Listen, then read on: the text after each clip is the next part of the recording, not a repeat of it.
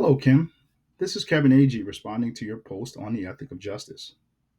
I enjoyed listening to your perspectives.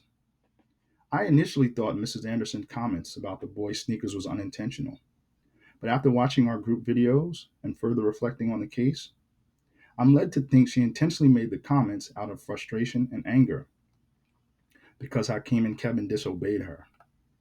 I think sometimes people suppress bias, but it emerges in times of frustration. To further the discussion, there are some additional questions and thoughts I have. Do current field trip and discipline policies actually account for bias? Also, do they protect students from racial microaggressions or assumptions tied to their socioeconomic status?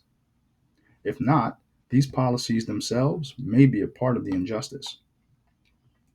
Within the ethic of justice, I think we should take it a little bit further. There needs to be accountability. Mrs. Anderson's actions didn't just hurt feelings, they reinforced systemic inequities. Justice calls for a transparent review of staff conduct and clear follow up, a little bit more than private conversations. The question arises regarding Mrs. Anderson's behavior and whether or not it was a violation of student dignity. If the answer to that question is yes, I think we have to ask ourselves what will the consequences be? Also, justice demands structural change. Beyond one time training, what formal systems are in place to prevent this from happening again? Also, are there equity audits? Is there anonymous reporting systems for students to voice their concerns?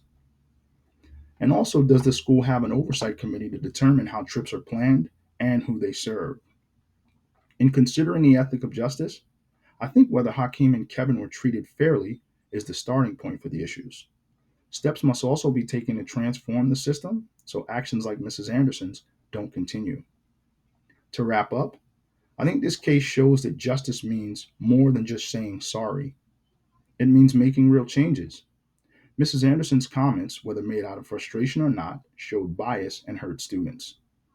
Justice requires us to look at whether our school rules really protect all students from unfair treatment. If they don't, we need to change them. It's not enough to talk privately with a teacher. There should be clear consequences and follow up. We also need systems like equity checks, student feedback options, and better planning for trips. Making sure Hakeem and Kevin were treated fairly is just a start. I think real justice means building a school where every student is treated with respect every day.